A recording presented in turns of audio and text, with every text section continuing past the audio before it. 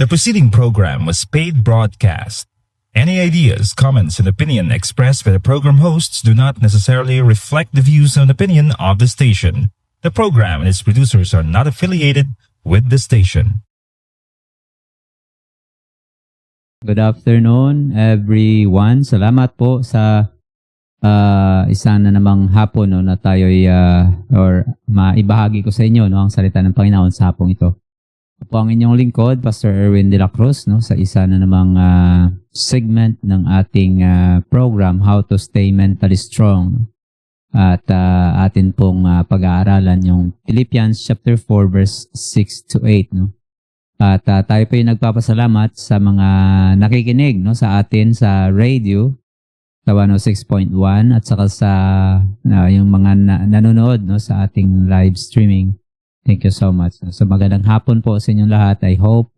And I pray that you are doing well sa inyong mga tahanan or kung saan man kayo sa hapong ito. So bago tayo magpatuloy, tayo po'y manalangin muna at hingi tayo ng katalinuhan sa Panginoon sa pag-aaral ng Kanyang salita. Let's pray. Gracious and loving Heavenly Father, salamat po Panginoon sa hapong ito. Salamat sa pinagkaloob niyo po sa amin na pagkakataon na amin pong mapag-aralan muli ang inyong salita sa hapong ito. Amin pong panalangin na ikaw po sana ang kumilos sa bawat nakikinig at mga nanonood Panginoon ng programang ito. I hope and I pray that each one of us will learn from your word and that we can draw some principles out of it, Panginoon, na amin pong magamit sa aming pamumuhay. Bless each one of us as we listen to your word, as we watch this program. And Father, we come to you with a humble heart, asking for forgiveness sa aming kasalanan, Panginoon. Tawarin mo po kami, linisin mo po ang aming puso at aming isipan nang sa gayon po ay amin pong maintindihan ng inyong salita. Be with us, Lord, and sa iyo binabalik namin ang papuri at pagpapasalamat sa pangalan ni Jesus sa amin. Okay, so how to stay mentally strong? Paano nga ba maging mentally strong? Ang ating verse ay makikita sa Philippians, the same verse that we used last time. Be anxious for nothing, but in everything by prayer and supplication, with thanksgiving, let your request be made known to God. So, mental struggles becoming common sa ngayon, ay common itong mental struggle. Maraming tao ang may problema sa bagay na ito because of a lot of things na atin pong iniisip. Many people battle stress.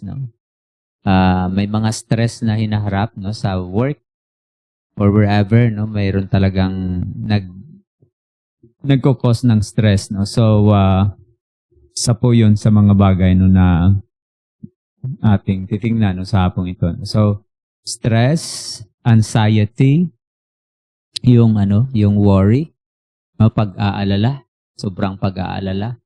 Yung ating takot, yung fear, discouragement, yung pagiging discouraged sa mga bagay-bagay na nangyayari sa buhay.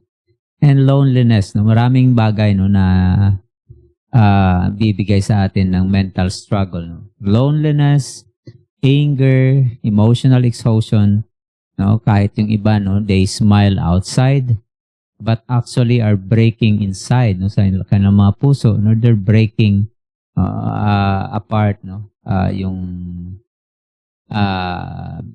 yung peace. So, a lot of this, na patong-patong na mga bagay na nagkukos ng stress sa atin. So, may mga struggles na hinaharap. So, the Bible does not ignore, hindi niya ito actually binibigyan niya ng pansin. This issue, the Bible do not downgrade the issue of stress, the issue about discourage. So the Bible does not ignore the reality of emotional and mental struggles. Many people in Scripture experience depth stress. So marami din sa Bible yung mga Bible character nakaranas ng stress, lalo na si Elijah. Kung ating titignan, Elijah is one of example na masasabi natin nagkaroon ng stress. Si David, nagkaroon din siya ng stress nung nagkasala siya. David battled fear and discouragement. So marami din siyang mga discouragement sa kanyang buhay. Si Elijah became emotionally exhausted and wanted to give up. Actually, si Elijah, he asked for death. Kasi sabi niya, enough, too much of this. I am no better than my father. Sabi niya, So, na-discourage talaga siya sa result ng kanyang ministry. To the point, na sabi niya, enough of this, I want to die. Gusto na niyang mamatay, Si Job, suffered grief and pain. Yung ating titingnan sa Bible. Isa din ito sa mga Bible character na nag-suffer din ng anxiety, ng pressure, ng grief, ng kalungkutan dahil sa pangyayari sa kanyang buhay. And of course, pain over those losses, and disappointments and failures sa kanyang buhay. Ay na-experience po ito lahat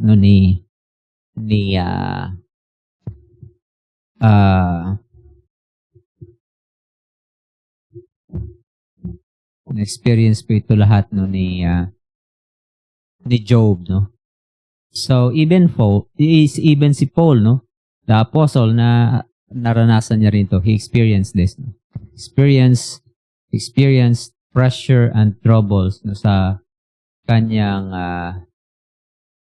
buhay. So these are people, list of people na talagang masasabi natin na dumanas din ng anxiety. Yet, through God's help, they endured. Kahit si Apostle Paul, na-experience ng pressure, ng trouble sa kanyang buhay. Actually, 3 times siya humingi ng tulong sa Panginoon to take away yung turn of the flesh na sinasabi niya. But, di po yun natanggal. At ang nangyari ay binigyan siya ng lakas ng Panginoon. So, mental strength does not mean never feeling weak. Yung mental stress, hindi niya ibig sabihin na never feeling weak. Yung ating mental strength, hindi nangangahulugan yun na hindi na tayo nagkakaroon ng time na nagiging mahina yung ating damdamin. It means learning how to remain steady. Dapat alam natin how to remain, how to stay, being in good, in good mind. So, what does it mean? It means learning how to remain steady, hopeful, and faithful during difficult seasons. So, yun dapat, we will remain even though nasa gitna tayo ng mga samot-saring problema, we should, by the grace of God, na maging strong. So, stay mentally strong. Paano nga ba maging mentally strong? Number 1, stay mentally strong by trusting God instead of worrying. Ilan kaya sa ating mga tagapakinig ngayon nakakaranas ng stress, ng pressure sa buhay? Siguro dahil sa work, Yung iba naman napipressure sa kanilang pag-aaral, Daming mga cause, nitong mga magbibigay ng stress sa atin. So, paano nga ba tayo maging strong mentally? Number 1 is by trusting God instead of worrying.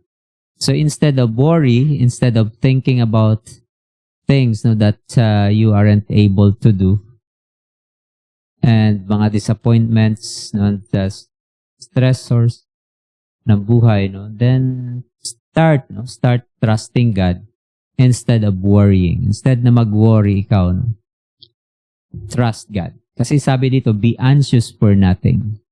Okay, do not Do not worry about anything. No? So, yun yung ibig sabihin niya. So, worry is the mind constantly troubled about problems. Yung worry, ito daw yung ating pag-iisip, no? Ating mind na troubled, no? Ng problem. Constantly troubled about problems, about fears, or about what ifs. No? So, it keeps replaying negative possibilities and steals peace from the heart. So, ito yun. No? Worry is the mind constantly troubled about problems. Yun po yung definition ng, yung ibig sabihin ng worry. Yung constant na trouble, no? Na palaging yung ating mind ay napakaraming karga-karga. No? So, it keeps replaying itong ano pang nangyayari. No? Madalas, no, may mga thoughts, no, na nare-replay sa ating mind. Mga negative na mga thoughts. So, may mga ganon eh. No? Mga negatibong pumapasok sa isip. So, nagre-replay sa ating mind those negative, no? Negative na mga possibilities and steals peace from the heart. So, nawawala yung katahimikan ng puso. No? Yung kapayapaan, no? Yung peace, nawawala dahil sa mga bagay na iniisip, no? Na nagre-replay sa ating mind, yung discouragement, yung guilt, no? Yung isama din yan. No? At yung ating worry. So, those are things that burdens us, no? Worry affects sleep, no? So, yung worry ay nakaka-apekto sa ating pagtulog, no? Our sleep affected by stress, no? By worry. So, that is why, no, sabi nga ng ating verse, no, do not worry about anything because worry cannot add anything sa iyong buhay but problem. So, yun yung nagagawa ng worry. What else? Worry affects emotions. Naapektuhan yung ating emotion ng worry. When we worry, no, our emotions get affected sa mga bagay na yun. What else? Our emotions. Our emotions, our decision making, no, is being affected as well. No? Relationship and even physical health. So many people worry about, maraming mga tao na nag-aalala, no? Worry, nag-aalala about sa pera, about sa family, about sa health, no? So, pagka walang pera, no, nag-aalala, no? Anong kakainin namin bukas? Anong pambibili ko ng mga ganito? No? Paano kami mabubuhay? Those are things na nagpapalala ng ating stress, no? When we think about our needs, no? Our family. Yung family ko na hindi nagkakasundo. No? So, ganun. Those are things that pagka ganun yung ating iniisip, no? Ay lalong nawawala yung ating peace of mind. No? Our health, no? When we think about our health, no? Diba, those are things na uncertain tayo, no? Na hindi tayo dyan, no? Sigurado because we do not hold our future. No? So many people worry about health. They worry na pagka nagkasakit, anong mangyayari? Walang perang pang. So nagkakaroon ng trouble, no, yung ating mind when we think about this. What else? Future plans. No? Many people worry about future plans. Ano yung future? No, ano kaya? No? Pagpapaaral ko pa kaya yung aking mga anak next year? Meron pa ba akong sahod? Meron pa ba akong trabaho? So those are things, no, about future plans, no. Anong magiging plano mo sa for next year, for next 5 years. So those things ay nagdadagdag papatong-patong doon, no, sa mga bagay na magbibigay ng worry. What else? Children. When you worry about your children, no, paano siya magiging safe, no, wherever he is or she is, no, like nag-aaral sila, no.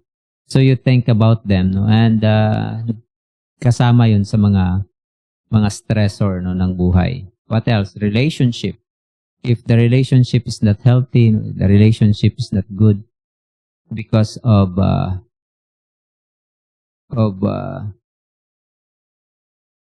so those are mga bagay. What else? Relationships, failures. Ito yung mga bagay na nagbibigay ng ng worry sa tao. So what does the Bible teach? Ano nga bang tinuturo ng Bible? Anong sinasabi ng Bible patungkol dito? No? Of course, merong masasabi ang Bible with regards sa worry. No? Napakaraming mga verses na nagtatalakay sa mga bagay na ito. Si Paul, no? Paul does not say problems will disappear. No? Hindi sinabi ni Apostle Paul, no? Dahil meron tayong dahil ligtas tayo, Christian na tayo, wala nang problema. Hindi ganun yung buhay ng isang Christian. So Paul does not say problems will disappear. Hindi niya sinabi na mawawala naman yung problema ko. Instead, sabi niya, he teaches believers not to be controlled by anxiety. So ni-request niya yung mga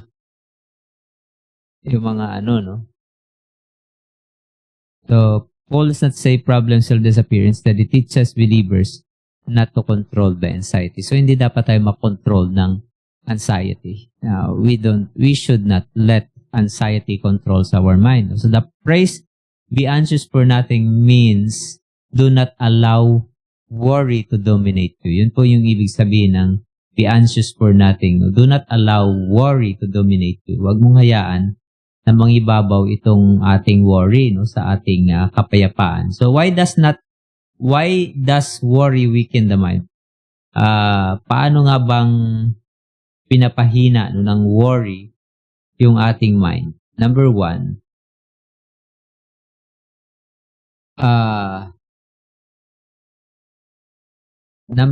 no?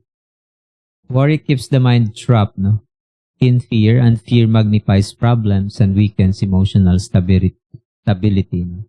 So fear says, what if things get worse? Ito yung nagagawa ng fear. No? Nag-a-advance ka na. Paano kung magiging malala yung mga bagay-bagay na mga pangyayari sa ating buhay, no? Sa ating gobyerno? Paano na yan? No? Kasi, no?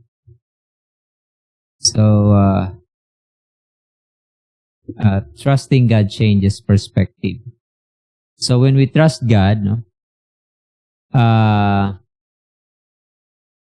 trust does not remove every storm. No? Hindi naman natatanggal yung ating mga storms, yung ating mga problemang kinakarap when we trust God. No? It doesn't stop immediately, no? But it gives stability.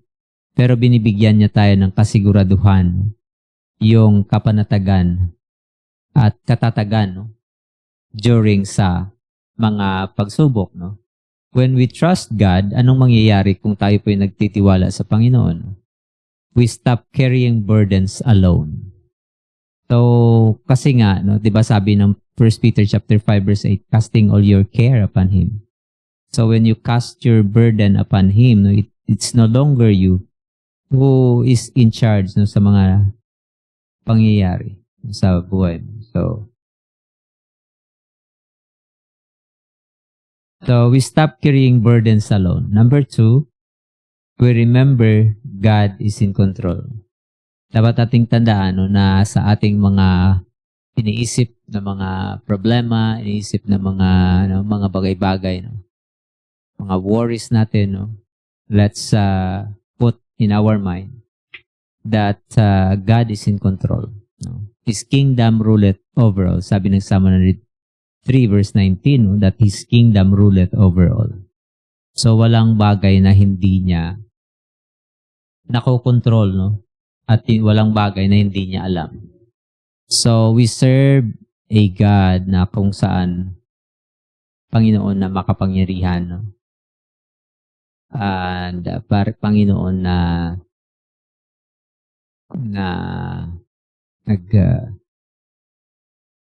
so we have God, no, na tumutulong sa atin. So we stop carrying burdens alone. So kung tayo po nagtitiwala sa Panginoon, we stop carrying our burdens alone. Because, no, if we are with Christ, no, sabi nga niya, di ba, come to me all ye that labor and are heavily laden, and I will give you rest.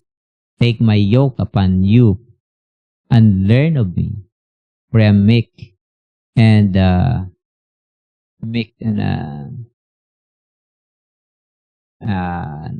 yung sinabi dyan, no, na God is helping us. So, we remember God is in control and realize our future is not outside His hands. So, tatandaan natin that our future is not outside His hands. It is always nasa kamay ng Panginoon, ng control ng pangyayari sa ating mga buhay. No? So, whatever it is, so my friend, no, nakikinig ka ngayon, maybe you are thinking about many things in life and mga worries, no? Your worries rise up because of too much thinking of things, no? Mga bagay-bagay, no, sa ating buhay, no? Na sometimes sa maraming pagkakataon na mali yung ating isip, no? So to illustrate this, no, a child sleeps peacefully inside a moving vehicle during a storm because, no, isang bata, no, na payapang natutulog, no, sa sasakyan ng kanyang magulang, no, kahit na malakas ang bagyo, no, dahil nagtitiwala siya sa driver, no. In the same way, drivers can rest because God is guiding their lives. So, that is the advice, na pray before panic begins. Anong dapat gawin? Dapat tayong mag-pray, no? Before pa man dumating yung mga pagsubok. Dapat meron na tayong connections pa, no? Nagpipray tayo. Hindi na pagdating ng problema, no, tsaka pa lang lalapit sa Panginoon. So, pray before panic begins. Bago pa man magpanic, dapat nakabili na tayo ng mga pangailangan natin. No? Next is do not feed fearful thoughts. Huwag mong hayaan, no, na ang ating mind ay maging playground, no, ni Satan, and that marami siyang sinasabi, no, na pinapakinggan natin. Those negative thoughts, no, are something na hindi nanggagaling sa Panginoon. So, we should think about that, no, and learn how to handle it. So, pray before panic begins. Bago pa man magsimula yung panic sa buhay mo, ay marunong ka nang mag-pray, no? Do not feed fearful thoughts constantly. Huwag mong hayaan na i-feed, no, ng possible, no, na so focus, no, learn to surrender what you cannot control. Matutunan sana natin, no, yung surrender, yung pag-surrender ng mga bagay na hindi naman inside of or nasa control natin, no? Like nature, we cannot control nature. Like people, we cannot control people. And napakaraming bagay pa, no, na hindi natin controlled. Just like, diba, yung sometimes, no, na so focus on God's faithfulness instead of only your fear, no. Instead na mag-focus ka sa fear mo, mag-focus ka sa Panginoon. Learn to surrender what you cannot control. matutunan sana natin na magsuko no, ng ating mga problema, mga bagay na yan. Kasi if we don't, no, tayo lang din ang mapapagod. We get exhausted and still no, inadequate pa rin yung ating kakayahan because we cannot do it no, by ourselves. Mental strength grows when faith becomes greater than fear. Ang mental strength no, ay mag-grow when faith becomes greater than fear. Kung ang fear, mental strength grows when faith becomes greater than fear. So dapat mas lamang yung ating mental strength kaysa sa ating mga worries. Next is stay mentally strong by guarding your thoughts. Sabi sa ating verse na binasa, whatever things are true, noble, just, pure, lovely, meditate on these things. So why are thoughts important? Bakit nga ba na yung ating mind ay napakahalaga? Because the mind is like a green garden, I mean. So kung ano yung whatever you constantly plant, no, alam mo kung sino yung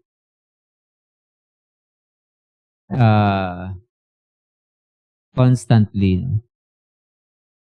whatever you constantly plant will eventually grow. So kung ano man yung tinanim mo, it will eventually grow. Bitterness, so if the mind is filled with bitterness, yung pagkamuhi, no, ng takot, ng lust, ng anger, negativity, jealousy, or hopelessness. So these things eventually made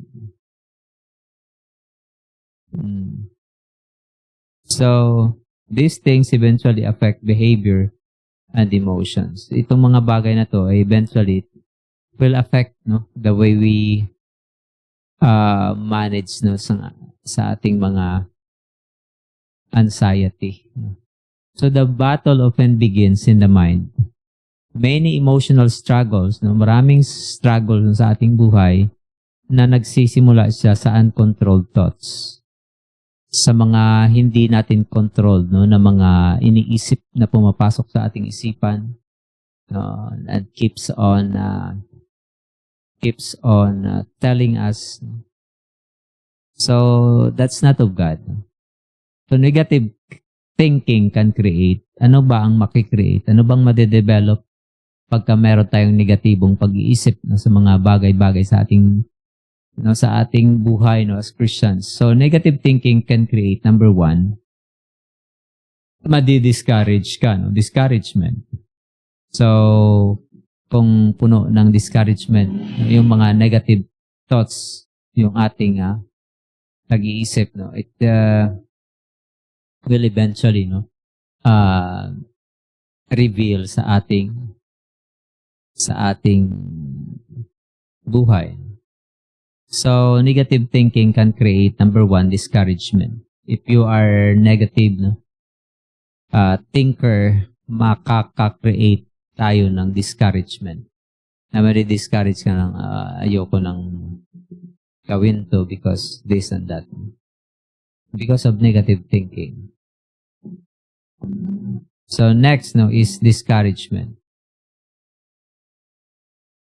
So discouragement,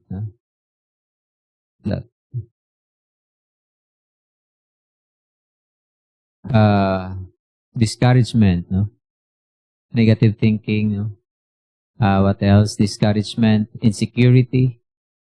You are insecure, if you are hopeless and emotional, exhausted. So the battle often begins in the mind. Palaging nandyan sa mind yung starting point na itong mga... So ganun yung ginagawa ni Satan. Lagyan niya tayo ng discouragement, ng insecurity, ng hopelessness, and ng emotional exhaustion. So Paul teaches that teaches believers to intentionally focus on things that are. So dapat ay mga may Panginoon at kilala ang Panginoon, we should focus on these things. Number one, true. doon sa bagay na kung ano ba ang katotohanan. Number 2, no? Paul teaches believers intentionally to focus on grace, things that grace. So, si Paul, no, nagtuturo siya no, na intentionally focus natin yung ating mind on things that are, number 1, true. Dapat nandun nakafocus yung ating mind. Hindi doon sa mga lies, kundi sa mga katotohanan. What else? Honorable. What is honorable? So, intentionally focus your effort. So, yung ating mind, no? Doon sa mga honorable na mga bagay. When we say honorable, of course, worthy of honor, no? So, let's focus on that. No? What else? Paul teaches believers to intentionally focus on things that are pure. So, si Apostle Paul, nagtuturo siya na dapat yung mga believers ay intentionally focus nila yung kanilang mga mind sa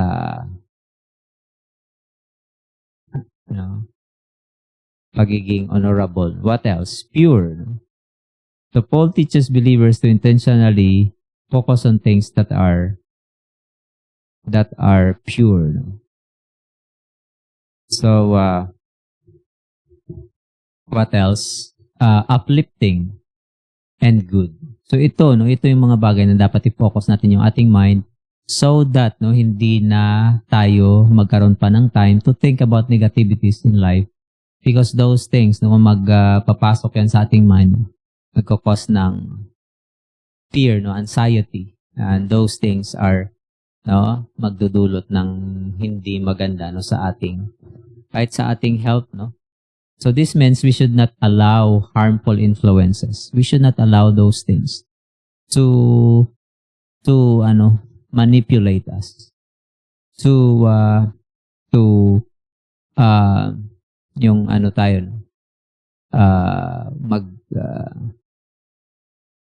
magkaroon ng maling direksyon sa buhay. So Paul teaches believers to intentionally, so dapat maging intentional tayo na i-focus yung ating self sa kung ano ang katotohanan, sa kung ano yung kapuri-puri, honorable, kung ano yung pure, what is pure, what is good, uplifting, what is uplifting. So think about those things. Ano nga ba yung mag-uplift sa tao? Di ba? Konting praise, konting dapat meron tayong appreciation.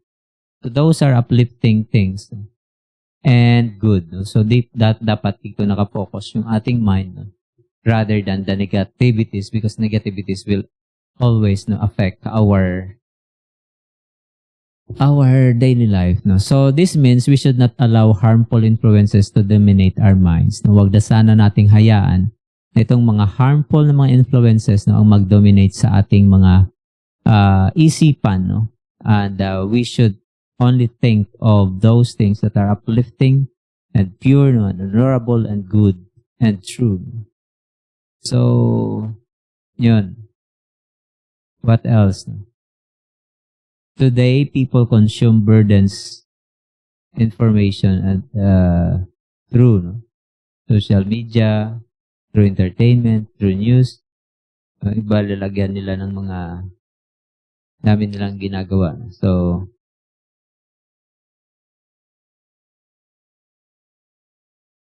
constantly, negativity can damage emotional health. Itong mga negativity can damage our emotional health. Ways to guard the mind. Kailangan, so dahil ganon yung mga nangyayari, we need to guard our mind.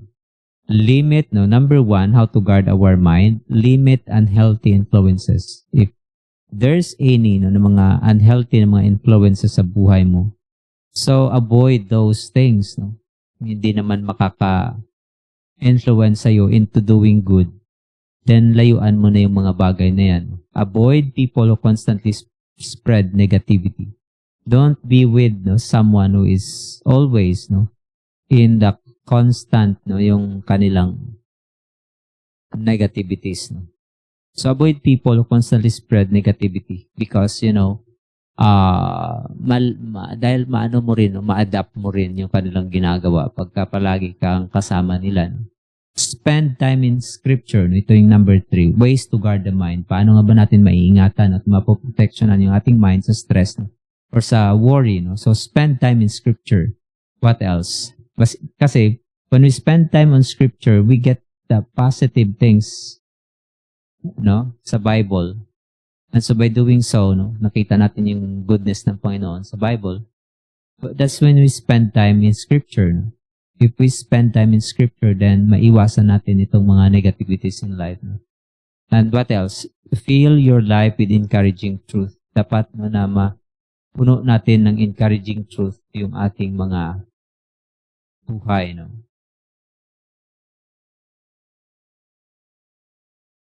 Okay. So, what else? Important truth.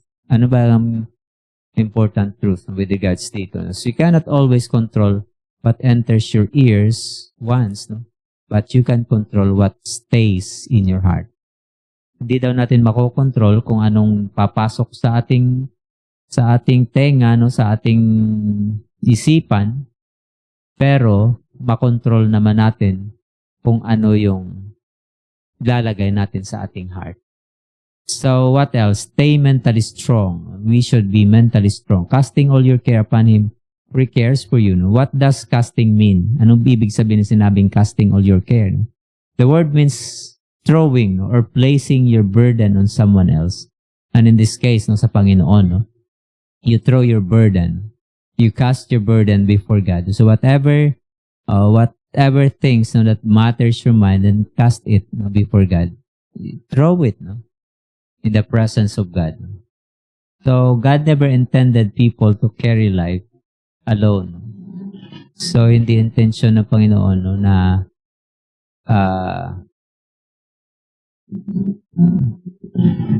God never intended people to carry life's burden. So, hindi yon intention ng Panginoon na bitbit natin yung ating mga burden. So, what else? Why prayer strengthens the mind? Bakit kailangan sinabi ng prayer? Bakit kailangan niya ba yung prayer? Because prayer releases inner burdens. When we pray, we release those things, no, di ba? Na kapag nasasabi natin sa Panginoon na open natin sa Panginoon when we pray, no? And by doing so, it releases no inner burdens.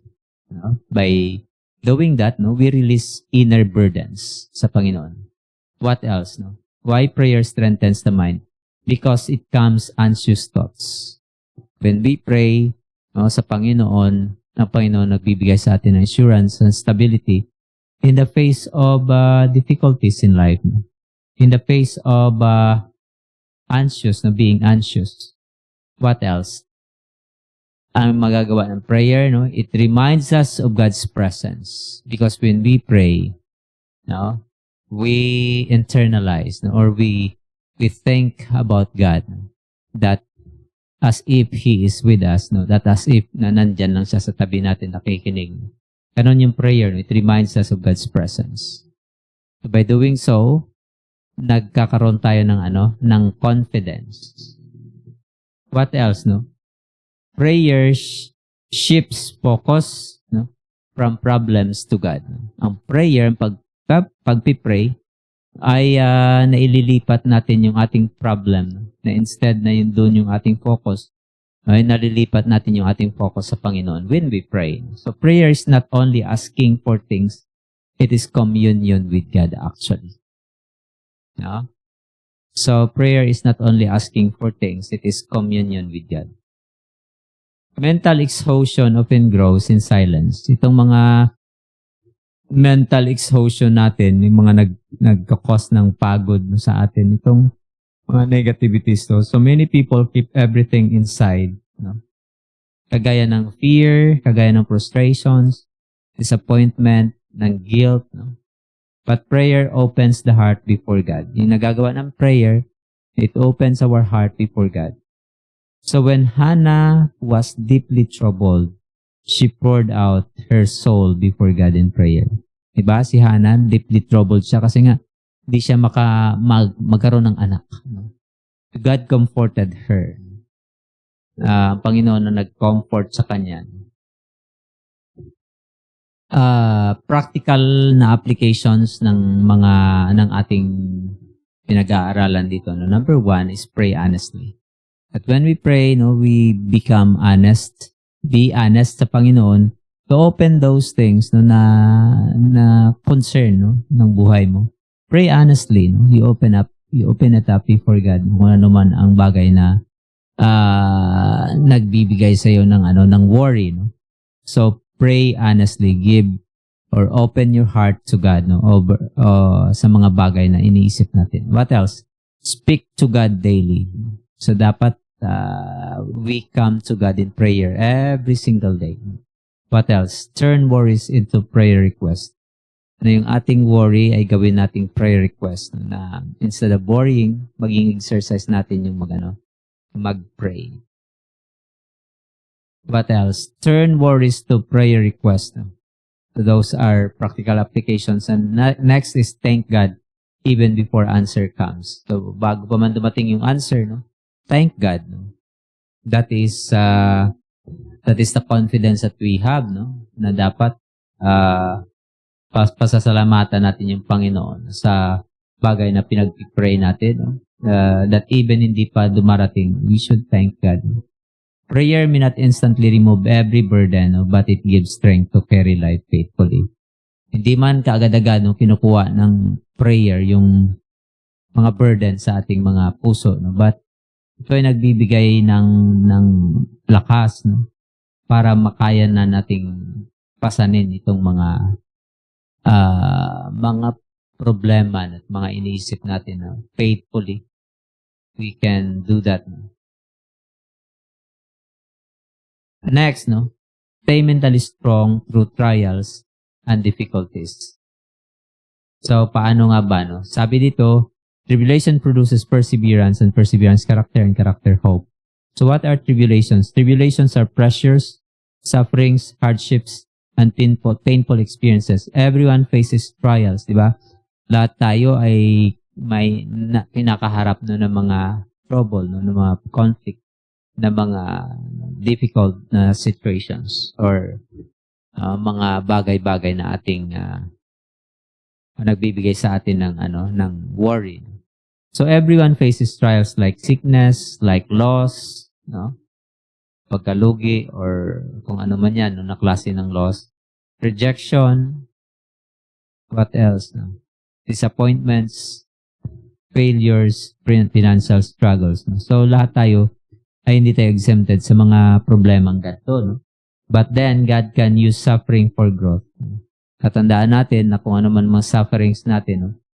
God uses it para tayo ay lumago. No? Like, He uses it for us to have patience. Ng ating mga problems, para magkaroon tayo ng patience no? Sa ating buhay. What else? God can use suffering for growth, no? Like endurance. When we suffer, no? But we trust God, no? We endure it. No? So, God can use suffering for growth. No? We become people no, na nakaka-endure ng mga mahihirap na sitwasyon. So, endurance. What else? God can use suffering for growth, like wisdom. Itong pag may problema tayo, nagkakaroon tayo ng nag-iisip tayo on how no, to solve the problem. And by doing so, no, we get the wisdom from God about that. No? What else? Humility. God can use suffering for growth no? To develop our humility. What else? To develop our compassion, no? Magmamahal sa kapwa, no? And stronger faith. At magkaroon tayo ng mas matatag na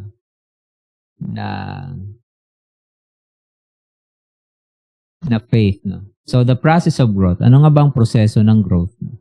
The process of growth is that si Paul no, nag-describe sa dito ng progression from tribulation. Pagka may tribulation, na-develop yung ating perseverance. At pagka na-develop yung ating perseverance, nagkakaroon tayo ng character. And dahil na-develop na rin yung ating character, no, ay mayroong hope. No?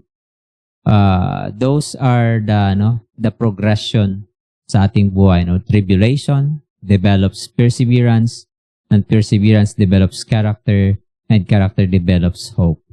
So, in line understanding, no, tribulation test us. Itong mga paghihirap, no, it test us.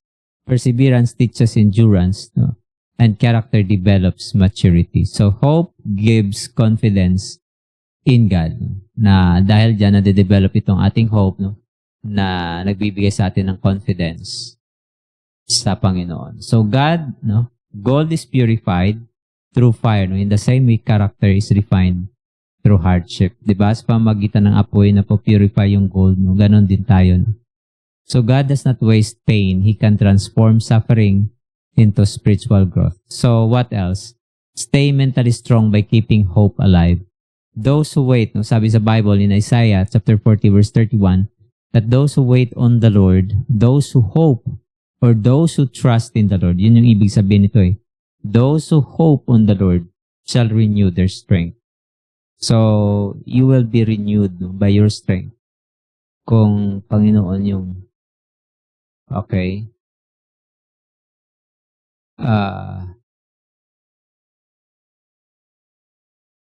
basta, no, na pagka may trouble, we come to Him. So, those who wait on the Lord shall renew their strength. So, why hope matters? Bakit nga ba mahalaga ang hope? No? Hopelessness weakens people emotionally and mentally. But when we hope, no, when we trust God, no, when people lose hope, no, they often lose motivation. So, pagka meron tayong hope, no, meron tayong motivation, and direction, and inner strength, no, sa ating puso because meron tayong Panginoon. So, what is biblical hope? Biblical hope is not wishful thinking. No? It is confident trust that God remains faithful. So, God renews strength. The word renew means restore, refresh, and strengthen again. So, God can renew tired hearts. No? And will become fresh again. Na-restore, nagkaroon ng strength. No? So, what are the important reminders here? Your pain is temporary. Tatandaan natin, na kung ano man yung ating pain, no, this is temporary and your story is not finished, no, yet. You are under construction sa Panginoon and God is still doing best, no, for you. Next, no, God still has purpose for your life. So whatever you are going through, no, mga bagay na nagbibigay sa atin ng ng stress, ng anxiousness, no, tatandaan natin that God still has purpose for your life. And then next is dark seasons do not last forever. Tatandaan natin na kung anumang mga dark seasons natin sa ating buhay, it will not last forever. No? Night may feel long, but morning eventually comes. Gaano man kahaba ang gabi, no? Darating pa rin yung umaga, no? Liliwanag din. So, hope keeps mind from collapsing during difficult seasons. Yung hope, pagka meron na tayong hope, na develop na yung hope sa ating puso, no? Hope will keep our minds from collapsing during difficult seasons ng ating buhay. So, mental strength is not merely positive thinking, or emotional toughness, or pretending everything is okay. True mental strength ay nanggagaling sa Panginoon. We stay mentally strong kung tayo po ay, number one, we trust God instead of worrying. Na sa halip na mag-worry, sa halip na mag-alala, no, you trust God, no, instead of worrying, then nagiging mentally strong tayo. So what else? Guard our thoughts carefully. We should carefully guard our thoughts. Tatandaan natin ng bagay-bagay nagsisimula sa ating isipan. No? So dapat we guard our thoughts. Guard it over negativities and things that will eventually give you trouble, no, or mental stress.